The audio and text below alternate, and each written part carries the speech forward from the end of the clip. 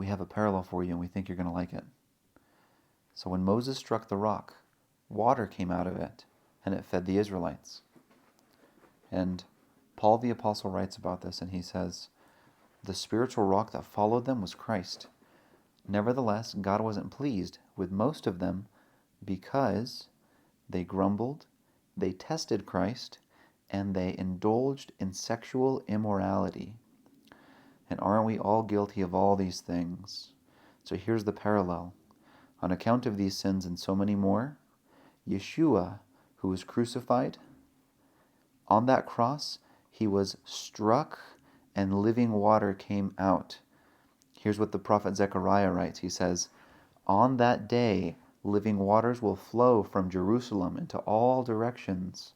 And he also says in that same chapter, on that day, the Lord will be one and he will be king over all the earth.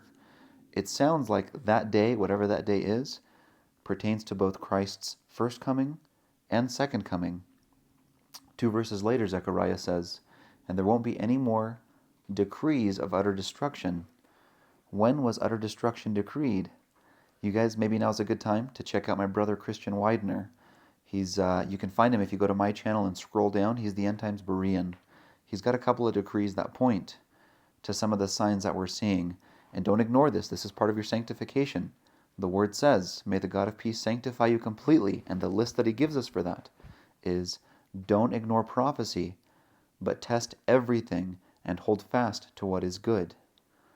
And let me conclude with reminding you that while Moses struck the rock for water to come out, our Yeshua was struck on that cross and living water has come out. And I can't make any of this up. You better go read your Bible.